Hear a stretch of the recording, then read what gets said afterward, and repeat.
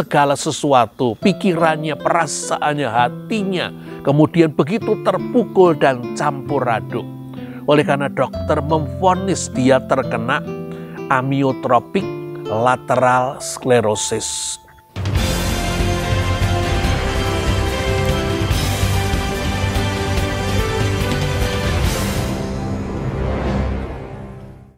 Shalom Bapak Ibu, Saudara-saudari, selamat bergabung kembali bersama dengan saya dalam seri Walking with God.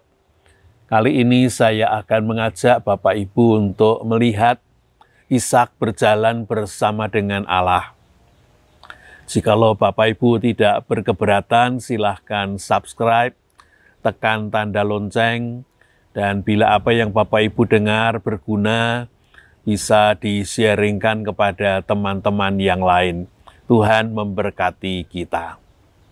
Mari kita awali dengan bersama-sama kita datang memohon pertolongan Roh Kudus di dalam kita membaca dan merenungkan firman Tuhan.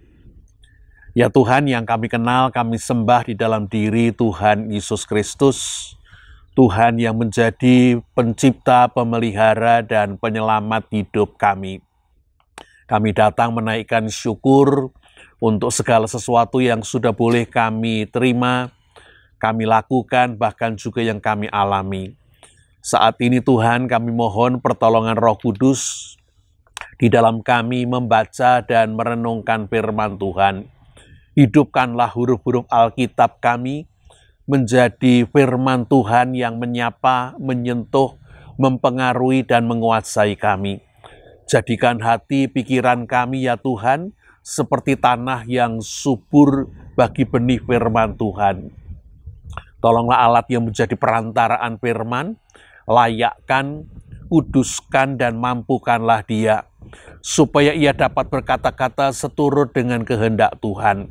Tetapi juga agar kata-katanya dapat kami ikuti dan kami mengerti.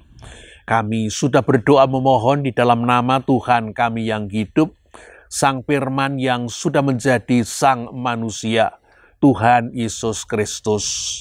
Amin.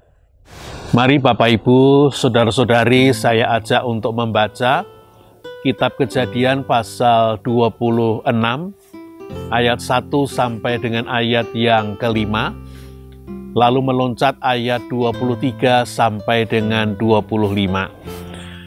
Kejadian 26 ayat pertama sampai dengan kelima dituliskan demikian. Maka timbullah kelaparan di negeri itu. Ini bukan kelaparan yang pertama yang telah terjadi pada zaman Abraham. Sebab itu Ishak pergi ke Gerar kepada Abimelekh, raja orang Filistin.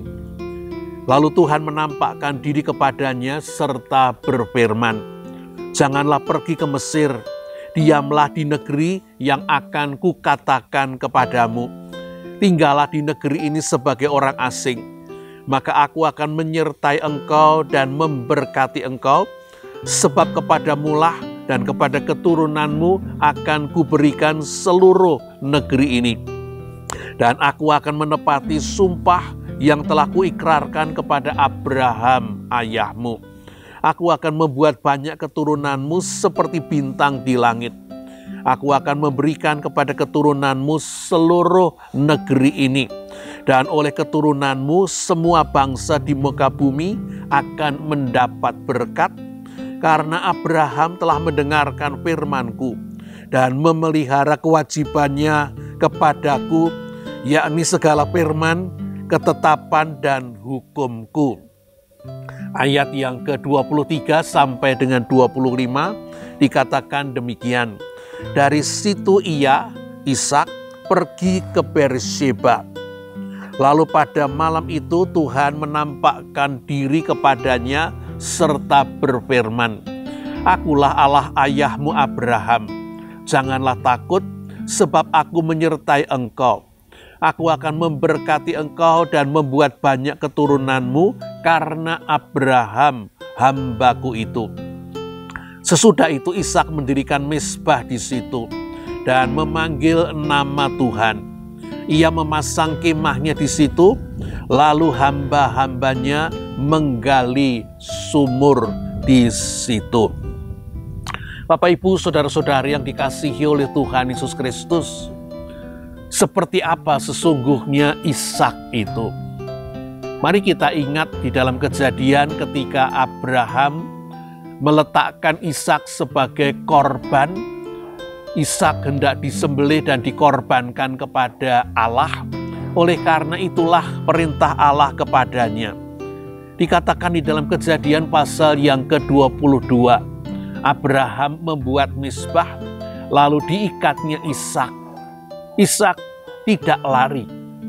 Ishak bersedia untuk dikorbankan. Ishak percaya kepada bapaknya Abraham, dan sekaligus kita yakin Ishak juga percaya kepada Tuhan. Ishak seorang yang beriman kepada Tuhan. Hal ini makin ditunjukkan ketika kita menemukan di dalam cerita sesudah Ishak menikah dengan Ribkah, Kejadian pasal 25, dikatakan Ribkah ternyata mandul. Kemandulan Ribkah tidak menjadi alasan bagi Ishak untuk mencari istri lain. Kemandulan Ribkah tidak menjadi alasan bagi Ishak untuk menceraikan Ribkah. Tetapi dikatakan dengan indah di dalam Kejadian 25 ayat yang ke-21. Ishak berdoa untuk Ribkah. Ishak mendoakan Ribkah supaya Ribkah dapat mengandung. Berapa lama kira-kira Ishak berdoa untuk istrinya Ribkah? 1 tahun, 3 tahun, 5 tahun, 7, 8 tahun? Ishak berdoa untuk Ribkah ketika ia menikah umur 40. Dan dikatakan pada waktu Ribkah melahirkan 2 anak kembar, Ishak berusia 60 tahun. 60 dikurangi 40. Ishak mendoakan Ribkah selama 20 tahun. Sebuah waktu yang sangat panjang, terlebih apabila itu dipakai untuk mendoakan.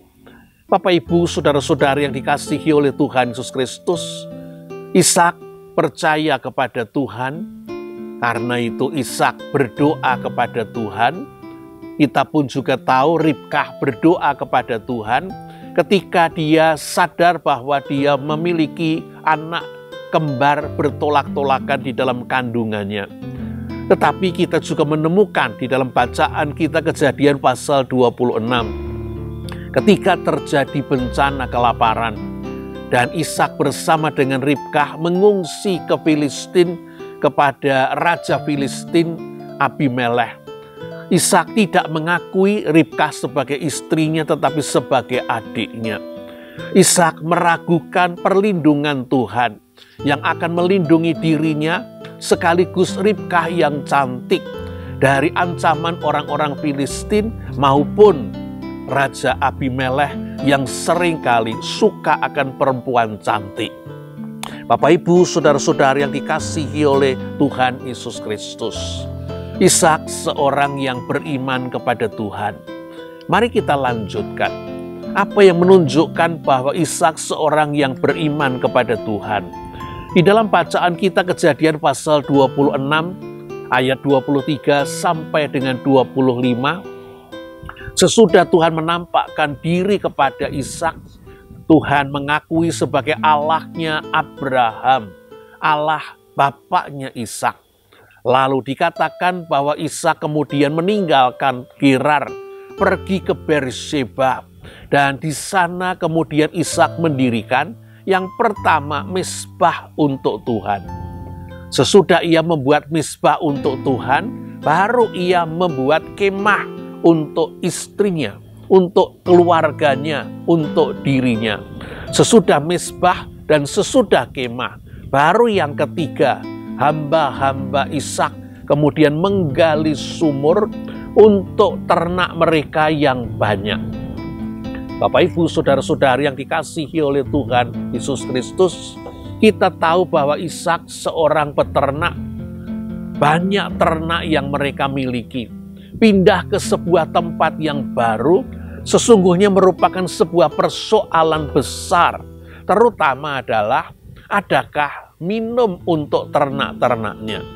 Sehingga semestinya yang terjadi adalah Para peternak akan berpindah dengan memikirkan terlebih dulu air untuk ternak-ternaknya.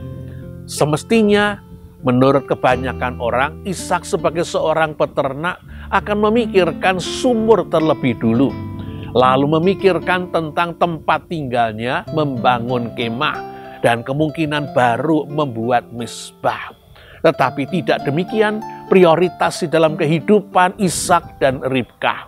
Yang pertama dibuat adalah mezbah. Tuhan menempati tempat pertama, baru kemudian membuat kemah, tempat tinggal untuk mereka. Keluarga menempati tempat yang kedua, baru hamba-hamba Ishak kemudian menggali sumur. Pekerjaan ditempatkan di tempat yang ketiga. Bapak, Ibu, saudara-saudara yang dikasihi oleh Tuhan Yesus Kristus, bagaimana dengan prioritas banyak keluarga, mungkin juga kita dengan keluarga kita. Bagaimana tata nilai yang ada di dalam diri kita. Apa atau siapa yang kita tempatkan di tempat pertama, siapa atau apa yang kita tempatkan di tempat kedua dan berikutnya. Siapa yang utama, siapa yang terutama, siapa yang di tempat pertama. Kita seringkali menjumpai banyak keluarga, banyak para bapak, banyak para suami menempatkan yang pertama dalam kehidupannya, mungkin tidak diucapkan dengan kata-kata, adalah pekerjaan. Karena itu pekerjaan disebut sebagai karier. Untuk karier, orang melakukan dua hal. Yang pertama adalah prioritas, dan yang kedua adalah pengorbanan. Banyak pria, banyak suami, banyak bapak, oleh karena prioritas pertama adalah pekerjaannya, dan pekerjaan seringkali makin dikerjakan bukan makin membutuhkan sedikit waktu. Pekerjaan makin dikerjakan seringkali justru membutuhkan lebih banyak waktu. Waktu untuk bekerja yang bertambah-tambah diambilkan dari mana? Seringkali yang diambilkan adalah waktu untuk istri atau suami, waktu untuk anak-anak, waktu untuk keluarga sudah diambil, untuk dimasukkan, untuk digabungkan, untuk ditambahkan waktu bagi pekerjaan, oleh karena pekerjaan nomor satu, karier. Dan sebagian orang menempatkan yang pertama adalah keluarga. Tetapi kita mengerti prioritas dalam kehidupan Ishak dan Ribkah.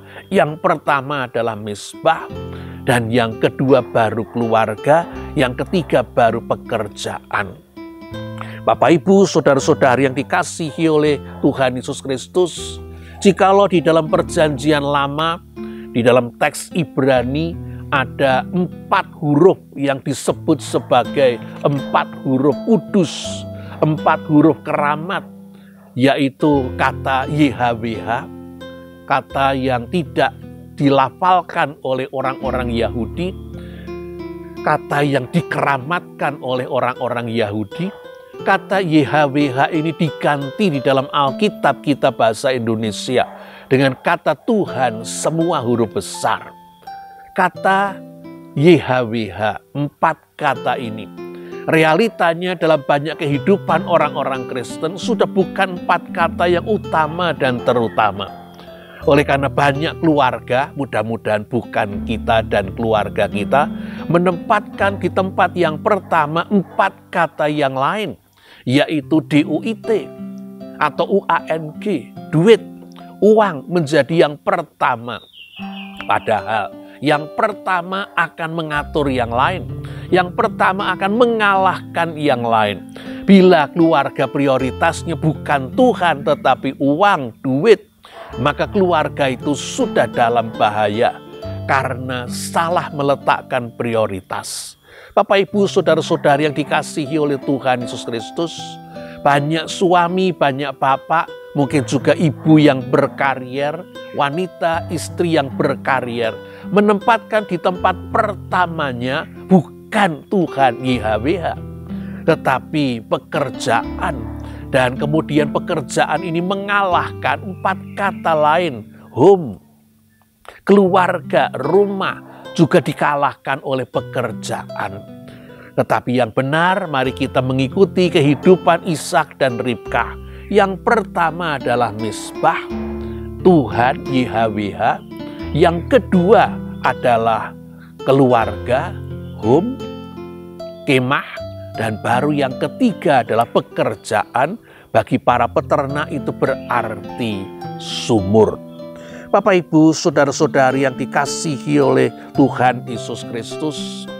Yang pertama, saya mengajak Bapak Ibu untuk melihat orang seperti apakah Ishak, seorang yang beriman.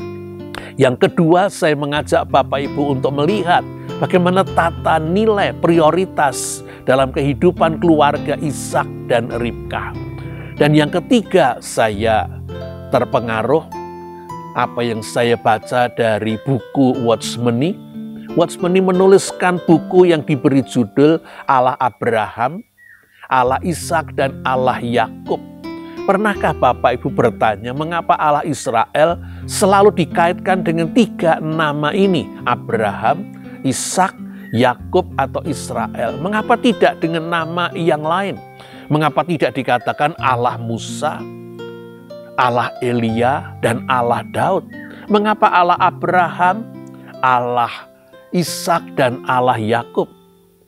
Oleh karena ketika Tuhan mengganti cara kerjanya dari langsung berhubungan dengan manusia, Kejadian 1 sampai dengan 11, dengan Tuhan bekerja memakai manusia, maka Tuhan memilih Abraham menjadi rekan sekerjanya. Dan dari Abraham kemudian Ishak anaknya, dan kemudian berlanjut kepada Yakub cucunya. Dalam hubungan Abraham dengan Allah, dalam hubungan Tuhan dengan Abraham, kita menemukan gambar Allah Tuhan adalah Bapa. Tuhan adalah pencipta, sumber. Dari Tuhan segala sesuatu bermula, Tuhan yang punya rencana, tetapi sekaligus Tuhan yang mewujudkan rencananya sendiri menurut waktunya, menurut strateginya. Karena itu ketika Tuhan menjanjikan anak kepada Abram dan Sarai, pada waktu mereka berusia 75 tahun dan 65 tahun, kapan Tuhan menggenapinya? Tuhan memberi janji, Tuhan sendiri yang menggenapinya, bahkan ketika secara manusiawi Abraham dan Sarah tidak bisa mengerti. Karena sampai mereka berusia 99 dan 89, Tuhan baru menggenapi dengan Sarah menjadi hamil. Tuhan memberikan penggenapan janjinya ketika sudah tidak lagi dimungkinkan Abraham maupun Sarah berperan di dalamnya. Tuhan adalah Allah Bapa. Di dalam hubungan Tuhan dengan Ishak, kita menemukan bahwa Ishak adalah pewaris. Ishak adalah anak Abraham. Karena itu kita menemukan di dalam hubungan Ishak dengan Tuhan, gambaran tentang Allah anak. Sebagaimana Ishak mewarisi dari bapaknya, demikian juga Tuhan Yesus mewarisi segala sesuatu dari bapaknya. Ishak mewarisi harta benda, Ishak menggali sumur-sumur yang pernah digali oleh bapaknya. Tuhan Yesus bergantung sepenuhnya juga kepada apa yang diterima dari bapaknya.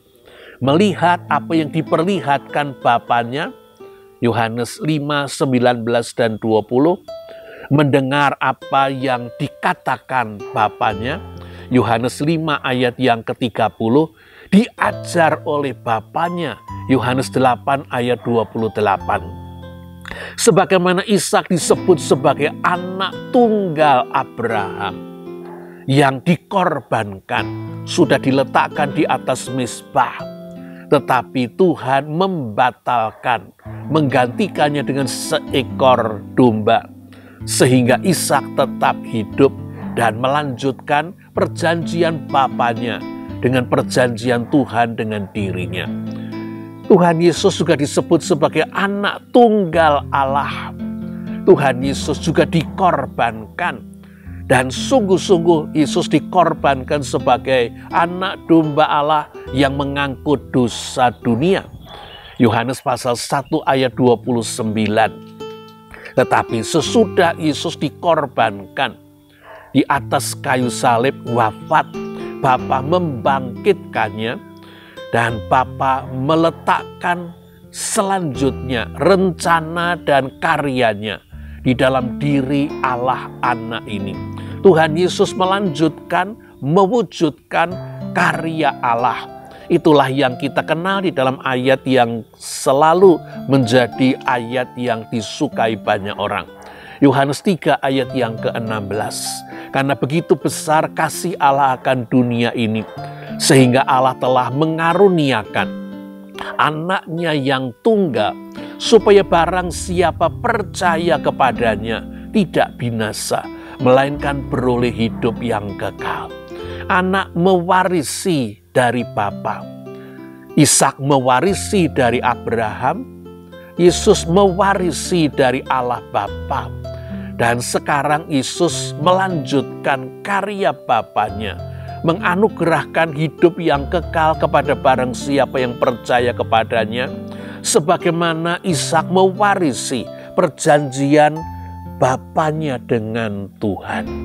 Bapak, Ibu, saudara-saudari yang dikasihi oleh Tuhan Yesus Kristus, kita melihat dalam bagian yang ketiga ini, Ishak melambangkan Yesus.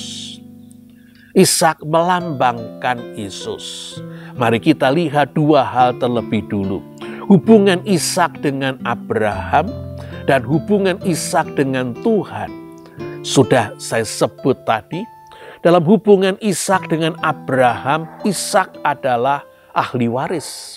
Ishak menerima segala sesuatu yang menjadi milik Abraham. Kita menemukan bahwa Ishak mewarisi apa yang diberikan Tuhan kepada Abraham, menjadi apa yang diberikan Tuhan kepadanya, baik dalam bentuk harta benda maupun juga perjanjian Tuhan dengan Abraham.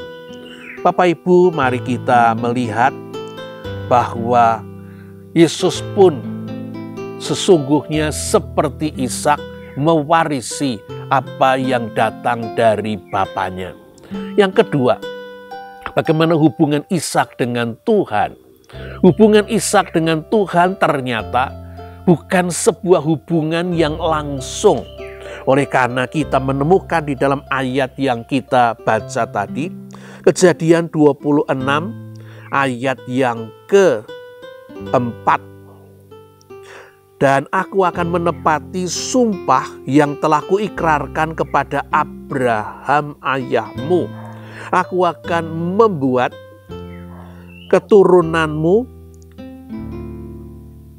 aku akan memberikan kepada keturunanmu seluruh negeri ini, dan oleh keturunanmu semua bangsa di muka bumi akan mendapat, oleh karena Abraham telah mendengarkan firman-Ku dan memelihara kewajibannya kepadaku. Sekali lagi kata Abraham muncul dalam hubungan Tuhan dengan Ishak di dalam ayat yang ke-24. Akulah Allah ayahmu Abraham. Janganlah takut, sebab aku menyertai engkau. Aku akan memberkati engkau dan membuat banyak keturunanmu karena Abraham hambaku itu. Bapak, Ibu, saudara-saudari yang dikasihi oleh Tuhan Yesus Kristus, Ishak menerima segala berkat oleh karena perjanjian Tuhan dengan Abraham. Dan hal yang sama kita temukan apabila Ishak ini melambangkan Tuhan Yesus, kita menemukan segala berkat Tuhan juga di dalam satu pribadi ini, Tuhan Yesus. Kita menjadi pewaris, kita menjadi anak Allah, semuanya terkait oleh karena Yesus Kristus adalah yang menjadi perantaraan di antara kita dengan Tuhan. Saya tidak akan membacakan terlalu banyak ayat Alkitab, tetapi Bapak Ibu bisa membuka apabila dibutuhkan. Di dalam kitab Efesus pasal yang pertama dan kedua, di dalam kitab Roma pasal yang ke-6, izinkan saya mengatakan dengan sederhana, kita ini diikut sertakan di dalam Kristus Yesus, sehingga ketika Yesus disalibkan, Alkitab mengatakan manusia lama kita ikut disalibkan. Ketika Tuhan Yesus mati, wafat, kita ikut mati.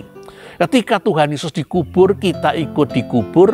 Dan ketika Yesus bangkit, kita ikut dibangkitkan, mendapat kehidupan baru. Dan ketika Yesus naik ke surga, didudukkan di sebelah kanan Allah Bapa, kita ikut didudukkan di surga.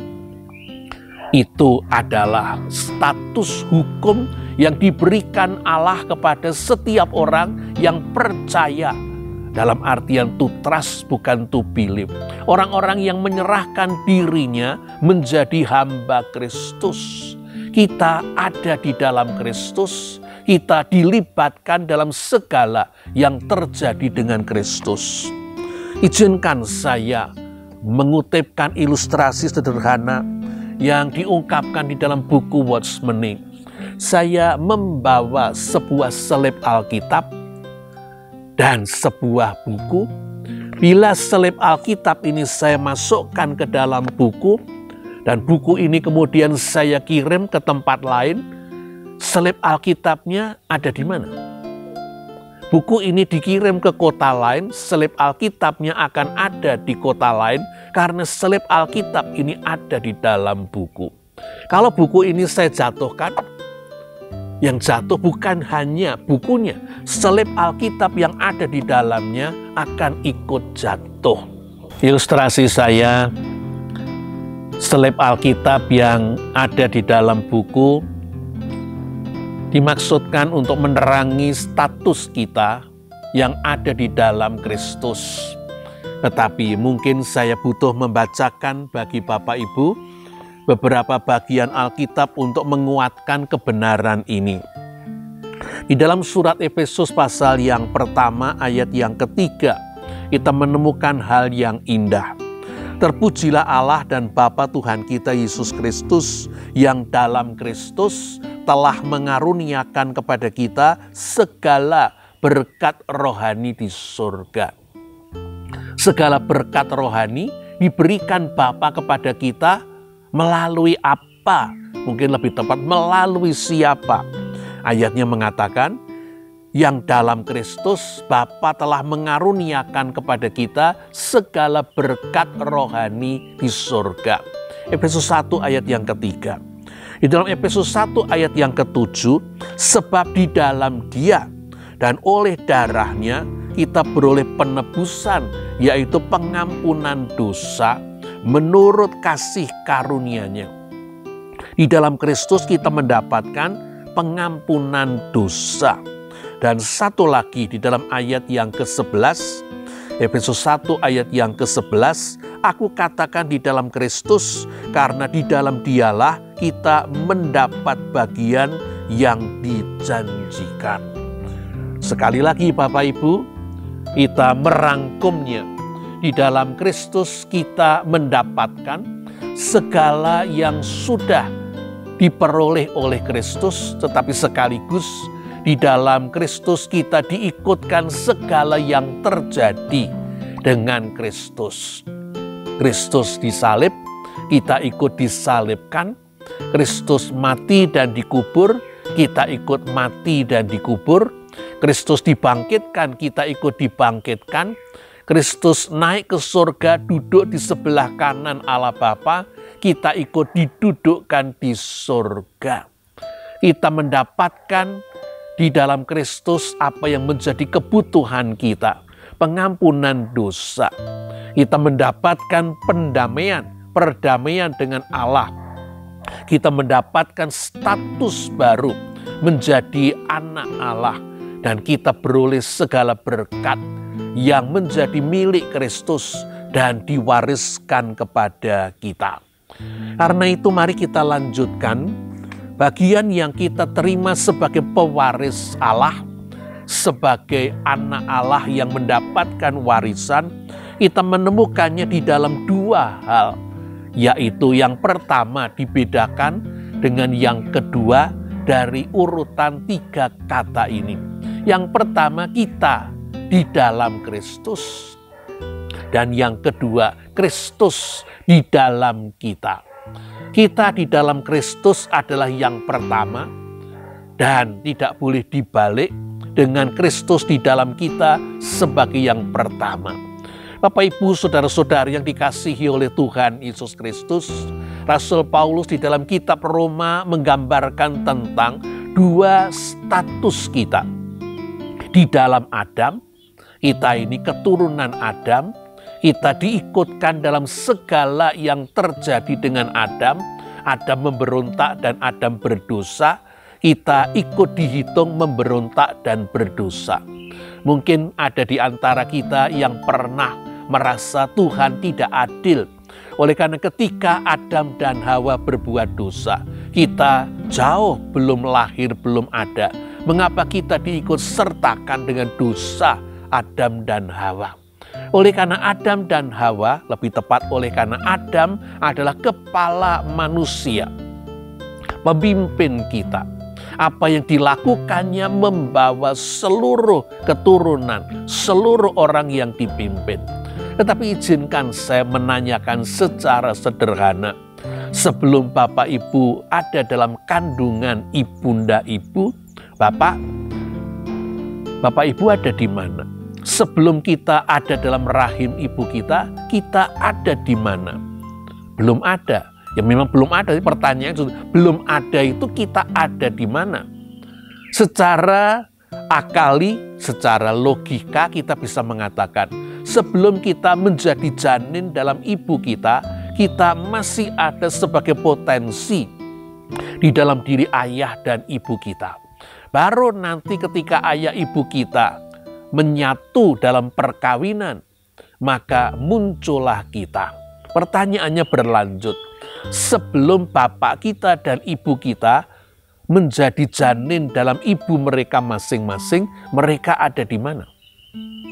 Sama. Ayah kita ada di dalam diri kedua orang tuanya, ibu kita ada dalam diri kedua orang tuanya. Kalau dinaikkan terus, kakek nenek kita dari pihak bapak dan kakek nenek kita dari pihak ibu, sebelum mereka ada dalam rahim ibunda masing-masing, mereka ada di mana? Akan naik terus. Sehingga pertanyaannya adalah, pada waktu Adam berbuat dosa, seluruh umat manusia ada di mana? Di dalam diri mereka. Ketika Adam berbuat dosa, kita ada di dalam diri Adam. Kita keturunan Adam, kita ikut berdosa. Kita orang-orang berdosa. Tetapi Tuhan melakukan yang lebih tidak adil lagi. Oleh karena Tuhan kemudian memberikan kepala manusia yang kedua, yaitu Yesus Kristus. Melalui karya pendamaiannya, Yesus Kristus sudah berusaha untuk mendapatkan pengampunan Tuhan bagi seluruh umat manusia. Dengan memenuhi apa yang menjadi tuntutan Tuhan, walaupun tuntutan Tuhan itu sangat luar biasa, yaitu Dia yang kudus harus bersedia dihitung sebagai berdosa. Kepada Yesus ditimpakan seluruh dosa umat manusia. Yang hidup harus menjadi yang mati, dan Yesus bersedia.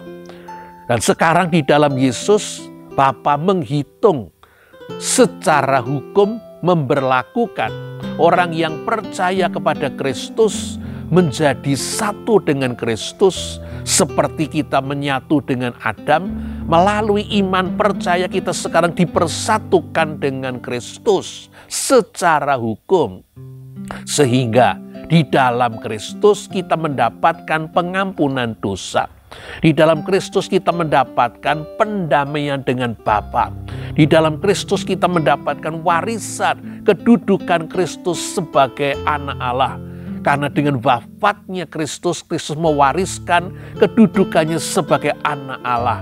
Hanya Ia anak Allah yang tunggal. Dan kita ini anak Allah secara hukum. Di dalam Kristus kita mendapatkan hidup yang baru sekaligus hidup yang kekal. Bapak, Ibu, saudara-saudari yang dikasihi oleh Tuhan Yesus Kristus, itulah status baru yang kita warisi karena Yesus Kristus, sebagaimana Ishak mewarisi segala sesuatu pemberian Allah oleh karena bapaknya Abraham. Hal yang kedua yang mau saya teruskan adalah, kalau tadi kita di dalam Kristus, yang kedua adalah Kristus di dalam kita. Kita kembali pada hubungan Abraham dengan Tuhan.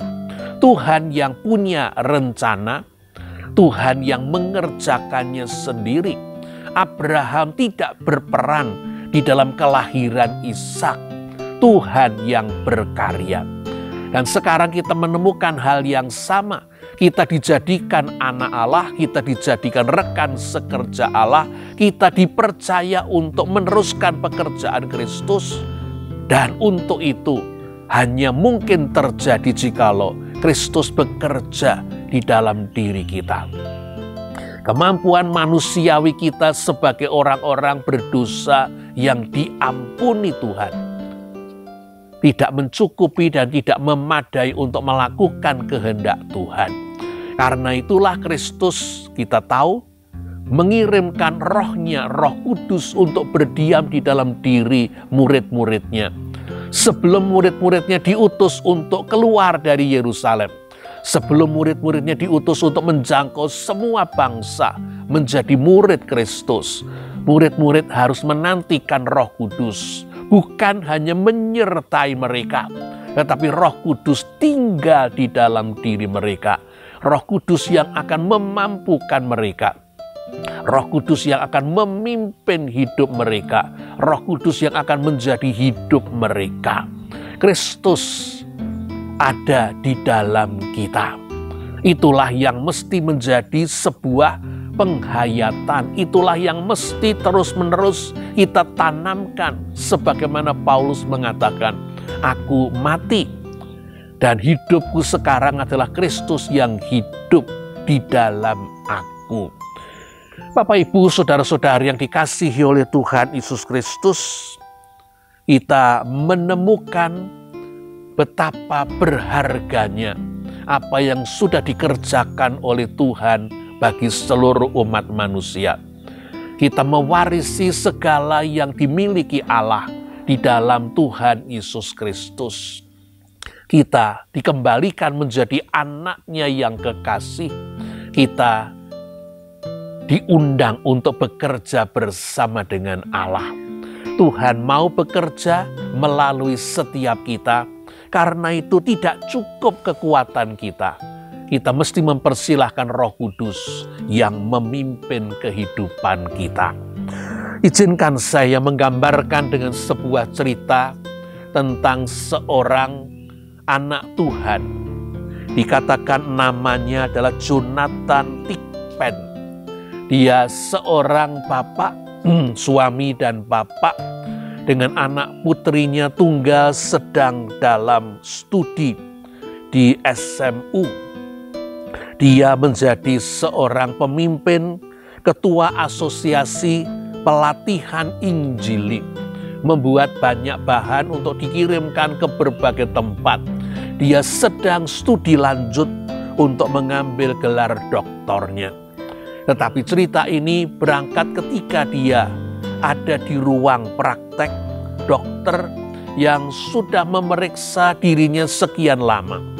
Dan dokter ini memberikan diagnosis yang membuat segala sesuatu, pikirannya, perasaannya, hatinya, kemudian begitu terpukul dan campur aduk. Oleh karena dokter memvonis dia terkena amyotrophic lateral sclerosis, ILC, penyakit syaraf yang akan menggerogoti syaraf sehingga membuat anggota-anggota tubuh makin lama makin kaku dan akhirnya kemudian akan kesulitan untuk bergerak. Amyotrophic lateral sclerosis belum ada obatnya. Dan prosentase orang yang terkena penyakit ini bertahan antara 18 bulan, paling lama 2 tahun. Dikatakan Jonathan menggambarkan perasaannya ketika keluar dari ruang praktek dokter. Ia seperti diselubungi ketakutan. Dan ketakutan itu menjadi seperti kegelapan yang makin membungkus dirinya, makin membungkus rapat-rapat. Tetapi sebelum kegelapan itu menutup sepenuhnya, tiba-tiba ia mendengar kembali suara di telinganya. Suara ayahnya. Ayahnya seorang pendeta. Jonathan seringkali pada waktu masih kecil heran oleh karena sesudah makan malam ayahnya akan pergi sekitar 1,5 jam. Dan ia tidak tahu kemana ayahnya pergi. Sampai sesudah dia cukup besar, ayahnya mengajak dia. Ternyata sesudah makan malam, bapaknya mengajak dia ke rumah sakit, mengunjungi beberapa orang sakit pasien. Dengan tersenyum, dengan ramah, Mr. Thigpen menyapa, menghibur, menguatkan pasien-pasien. Dan seringkali yang dibacakan ayahnya adalah Mazmur 46 ayat 2 dan 3. Dan ayat inilah yang seperti terngiang-ngiang kembali, bersuara di telinganya, suara ayahnya. Allah itu bagi kita tempat perlindungan dan kekuatan. Sebagai penolong dalam kesulitan sangat terbukti. Sebab itu kita tidak akan takut sekalipun bumi berubah, sekalipun gunung-gunung guncang di dalam laut. Jonathan Thigpen mengatakan, suara ayahnya ini sekarang bergabung dengan suara Bapa yang di surga. Mengajak dia untuk mengarahkan hati dan perhatiannya kepada Allah. Allah Sang Penolong. Tuhan masih tetap ada, Tuhan masih tetap berkuasa, dan Tuhan tahu segala sesuatu yang terjadi dalam hidupnya. Dan kegelapan, yaitu ketakutannya yang sedemikian pekat, perlahan-lahan semakin melonggar, semakin berkurang, dan kemudian hilang. Ketakutan dikalahkan oleh iman percaya. Jonathan Thigpen kemudian menyadari bahwa Tuhan masih ada, Tuhan berkuasa, dan Tuhan yang akan mengelola hidupnya. Karena itu bukan soal berapa lama ia akan hidup, tetapi soal bagaimana ia menyelesaikan apa yang dipercayakan kepadanya. Ia makin rajin pergi ke berbagai tempat untuk membagikan tentang Mazmur 46 ayat 2 dan 3 tadi. Ia menjadi penghiburan, ia menguatkan banyak orang. Walaupun makin lama, lambat laun, tubuhnya semakin lemah.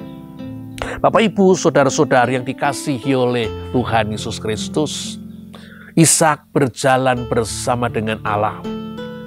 Tuhan juga mau kita berjalan bersama dengan dirinya. Apa yang kita pelajari dari Ishak yang berjalan bersama dengan Allah? Saya mengajak Bapak Ibu untuk memikirkan dan merenungkan, jawablah, diskusikanlah 3 hal ini. Yang pertama adalah bagaimana tata nilai dan prioritas kita. Apa yang kita anggap sebagai yang paling utama dan pertama, mengapa? Sadarkah Bapak Ibu saudara-saudari, yang kita tempatkan di tempat pertama dan utama mendominasi dan mengatur semua nilai-nilai yang lain. Apa nilai utama kita? Pekerjaan, DUIT, UANG, ataukah sebagian orang mungkin yang utama adalah home? Hidupnya tertuju pada orang-orang di sekelilingnya yang dikasihi. Tetapi kita belajar dari Ishak dan Ribka. Yang pertama, sebelum sumur dan sebelum kemah sebaiknya adalah misbah. Apa tata nilai dan prioritas hidup kita? Yang kedua, apakah saudara pernah mengalami kebenaran kata-kata Kristus, di luar aku kamu tidak dapat berbuat apa-apa? Apakah kita punya pengalaman kebenaran kata-kata di dalam Yohanes 15 ayat yang kelima ini? Dan yang ketiga, apa yang kita pahami, apa yang kita pelajari tentang kita dalam Kristus dan Kristus dalam kita? Pernahkah kita memikirkan perbedaan tiga kata ini? Kita dalam Kristus dan Kristus dalam kita.